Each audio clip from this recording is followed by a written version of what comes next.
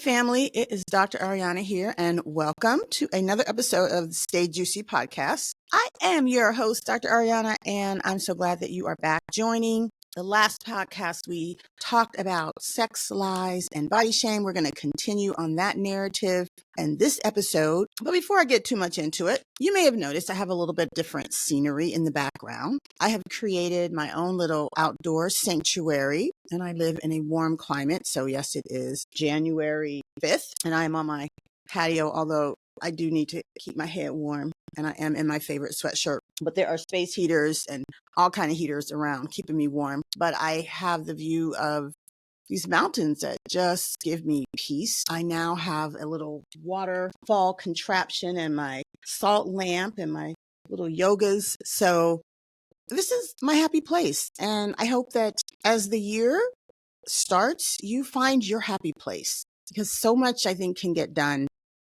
when we are in the right state of mind. And the right state of mind, part of that is just knowing that your space is your space, and that it's designed perfectly for everything that you desire.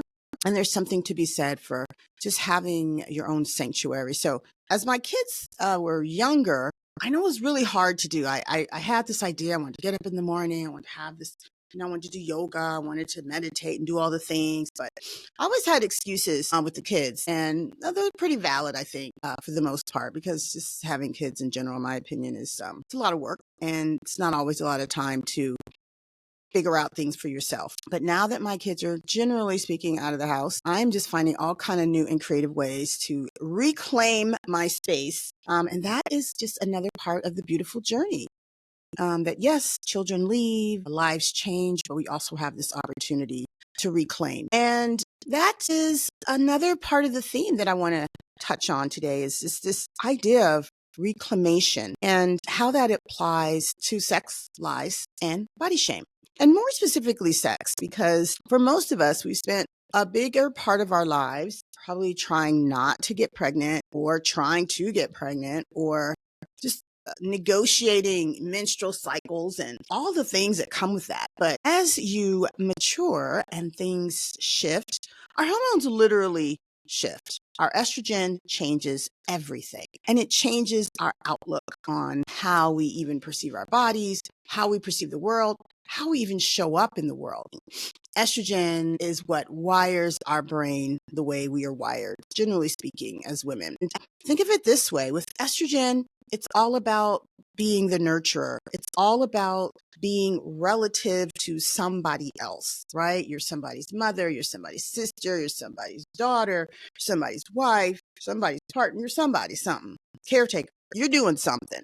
And so much of our lives in the first half have everything to do for how we keep everybody else's lives in order.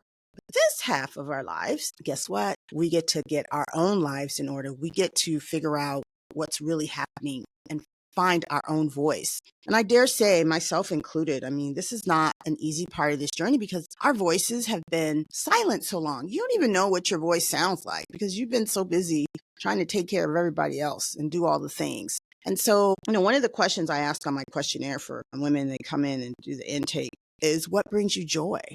And I remember, I don't ask the question anymore as much. I'm not even sure why. I think, I don't know, I just got tired sometimes of the responses. But the truth is, people were really like, why did you ask that question? And I was like, because. And 9 times out of 10, people would say, nobody's ever asked me that question, because who the hell cares what brings who the hell cares what brings us joy? Like, we're so busy creating magic for everybody else. But what brings you joy? And so many times women would just be like, wow, I don't know. I never really thought about it. Exactly. So what is Staying Juicy about? It is about figuring out what brings you joy and doing more of that thing. And if you don't know what that thing is, well, I highly suggest that you get to work and figure out what it is. What brings me joy, bringing it back full circle, is being in what I would consider a luxurious space. You may not think it's luxurious, but it's luxurious for me, because I can see my mountains. I have all the things that make me happy. As I say, when mama ain't happy, ain't nobody happy. But when I'm happy, that's where the magic starts. So find your magic, find your space, figure out what that looks like for you, 2025 and beyond. All right. So sex lies, body shame part 2. First of all, I gave y'all some homework. I don't think I forgot. The homework was around discovering really the massiveness, the magnitude of your clitoris. Yes, her. So for those of you who are able to see, we still have our clitoris here. And I did some demonstrations on the last podcast around understanding the fact that she actually expands during arousal. And the homework was for you to figure out, well, where is she in there? And like, well, what exactly is going on? So much of the interest and time is spent on the glands here. This little tip, and understandable, not taking anything away from her.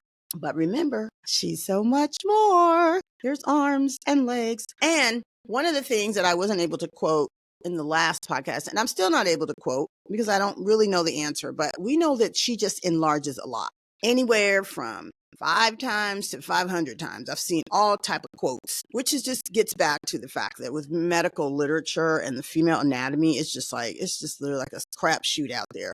It's crazy. Don't get me going. And hey, maybe y'all knew this, but I've heard of Quora, but I've probably been on it for something, but I just had went literally to look up how much does the clitoris expand during arousal. That was a deep hole. Because somehow I ended up on the Quora site. And if you didn't know, Quora is a site where people go and they basically ask questions. And I guess other people come. You don't have to be a professional. You just can answer anybody's question if you got knowledge. So folks were in there. And boy, was that a thing. Yeah. The ignorance that abounds around the female body in particular is staggering to me. But what was a little bit nice to see were there were women's partners that were responding on how large the clitoris can look and what's normal. There were people actually asking questions like because they were actually showing pictures. I was like, I didn't know you could do that on just regular internet stuff, but I guess you can. Shows you what I know. But anyway, they had if you're interested in, without going to a porn site, seeing what a normal clitoris looks like and what it looks like enlarged, well, you might find some answers on that site, which also begged the question for me. It's like, where do people go to ask legitimate questions about your body and sexual function? Like, we didn't get this in sex ed, right? Nobody probably sat down with you unless you had a partner, a lover who was very interested in your education and helped you understand a lot of these things. But I dare say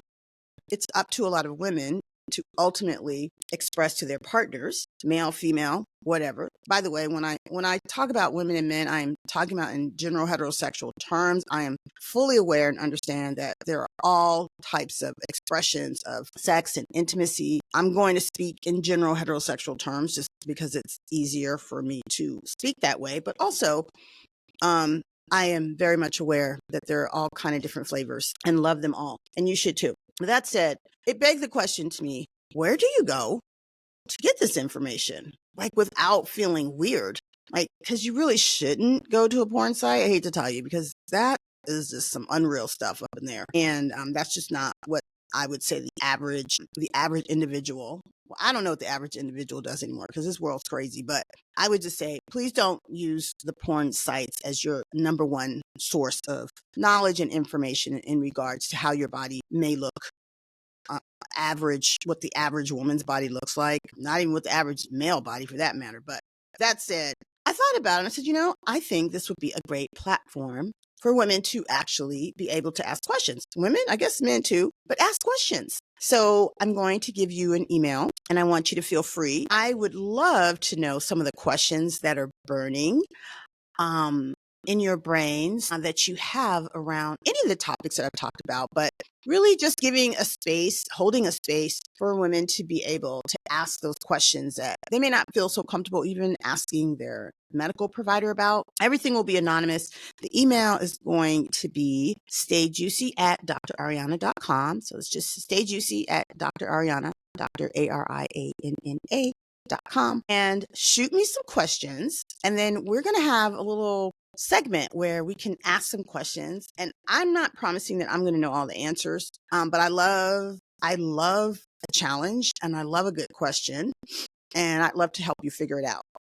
And even if they're just regular old questions, I'd love to really understand how and where people are and provide a space that's safe and that you can feel comfortable. Now, the homework I gave you was to really go and appreciate how massive this clitoris girl is. And remember, I mentioned I looked it up. It was like, I don't know, anywhere from 5 to 500 times, but she gets big. And think about it. She's not getting big and going down. She's getting big and going in. So where can she go? There's only so many places this thing can expand into. I did ask for you to just kind of take the glands and then feel around to begin to appreciate the arms and the legs. But the best position to do that is actually going to be when you're, think of it like on your hands and your knees and just kind of letting gravity fall.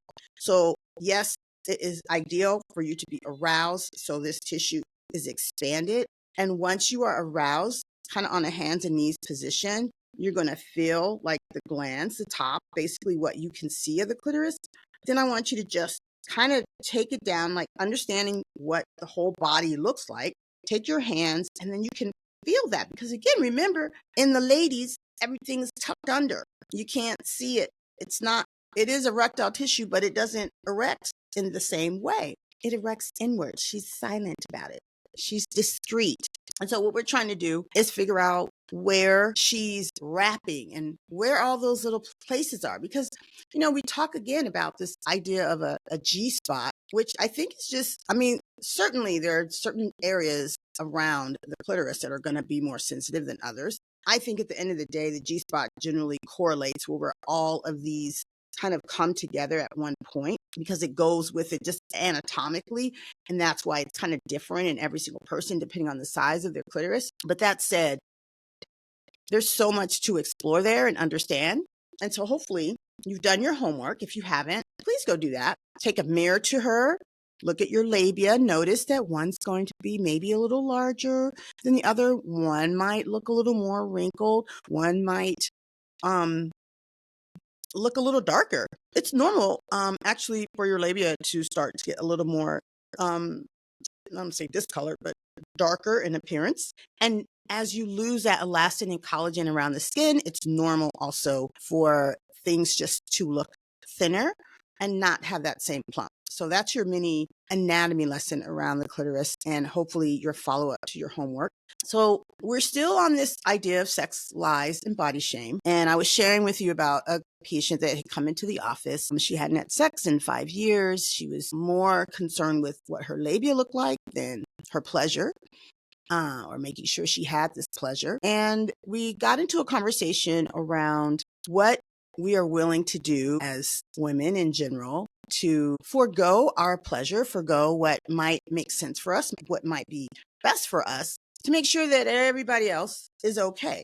And that's kind of goes back to this idea of coming into your own, into this phase of life and finally being able to be like, wait a minute, what about me? What brings me joy? And so, you know, there's no judgment here because I was that woman who, again, was doing all the things and making sure that everybody else was having their joy and doing all the magic for the kids and the partners and all the things. But there's a certain selfishness that's come around aging and being done with certain parts of your life and being able to really step into what brings you pleasure, what brings you joy. And unfortunately, I don't think she was quite old enough because it is an age thing. Like there are women, you may be one of those women where you start to realize like, I just don't care anymore. Like we're not doing this way anymore. I'm just not doing it anymore. And it's like something that you have done your whole life that you just done and sucked it up and been like, okay.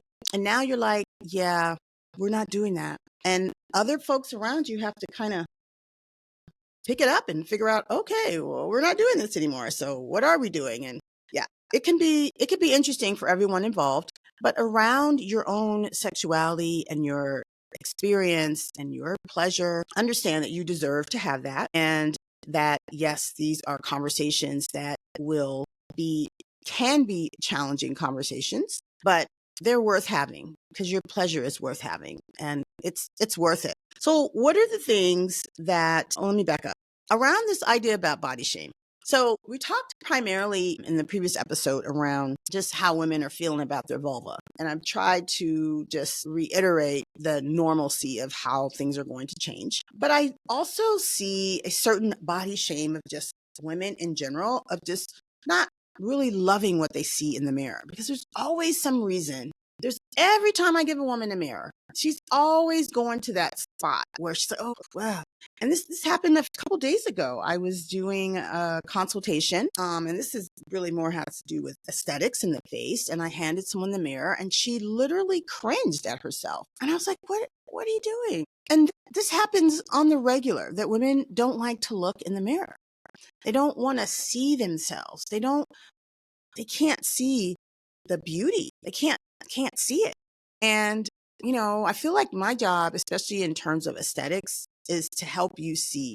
There's nothing I can do on this exterior part to help you see your beauty, because if you can't see any part of that, me putting something in your lip or lifting up your cheeks a little bit more, that's not going to fix it, right? Your beauty isn't going to be a little fix in the face. And at the end of the day, it is a certain acceptance around how our bodies are going to change, but also just loving that part of you that you don't so much love. True story. I had this relationship with my feet. I literally, every time I look at my feet, I'd be like, ugh, I have the ugliest feet in the world. I hated my feet. And one of my best friends, she just had the most beautiful feet. Her toes were flawless. And I was like, well, I never have, no, my mom gave me very wrinkly hands and my feet looked just as wrinkly. And I just was not pleased. I remember she said something to me, and basically was like, you got to love your feet. Even if you don't love your feet, just keep telling them you love them. And that's what I did. I just kept looking at my feet, even though I didn't believe it, and be like, oh, I have the most beautiful toes. Oh, my feet are just lovely. Not to mention having gratitude for the fact that my feet do their job. They don't maybe look the way I need them to look or want them to look in sandals, but they've done a pretty good job of what they were here to do. That said, over the months, maybe a year, I started looking at my feet a little differently. I know it sounds a little hokey, corny, but it's true. You got to speak the language to yourself, because you cannot believe the language that you're telling yourself when you're looking in a mirror and saying, or when you're just not truly giving yourself love and you're saying things to yourself that you would never say to anybody else. You would never look at somebody in the face and go, ugh, ugh. I mean, would you? I hope not. You wouldn't. I trust you. So why do we do that for ourselves? Yeah. So there's just shame. And I feel like that shame follows us. It follows us in our jobs. It follows us in our relationships. And it follows us into the bedroom, because without that true love, without really taking that time to just trust and believe that your body is your body and it's beautiful and it is what it is and it deserves pleasure no matter the size, no matter all the things. Now, I'm not saying those are easy things to do, because it's taken me a minute. It's taken me a minute to be able to do that. And I guess some people would argue, well, you don't have this and you don't have that. And true. But I still think at the end of the day, we all have something that we just don't like about ourselves. There's just always that thing that we wish would go away. And it's just about learning to embrace the battle wounds, learning to embrace every scar, every lump, and every bump. We can't expect other people to love us in that way if you can't do that for yourselves. Pardon my rant on that, but it really does speak to this concept of shame in our bodies and where we carry that shame into those spaces and how it affects our ability to find pleasure, because we're so busy worrying about thinking about what other people are thinking about it or looking at it. And it's like, you got to own it. So this is the season for you to own the beauty, to own the pleasure, to own the joy. This is what Staying Juicy is all about. These are the types of, lies that we tell ourselves that just aren't true. So we're wrapping it up a little early this time. I want to follow up. I'm going to wrap it up and invite you to join me next month in February, where I will be doing a Cupid's Playground. And I think we're going to just do this every year. It's been mixed in with women, wellness, and wine events.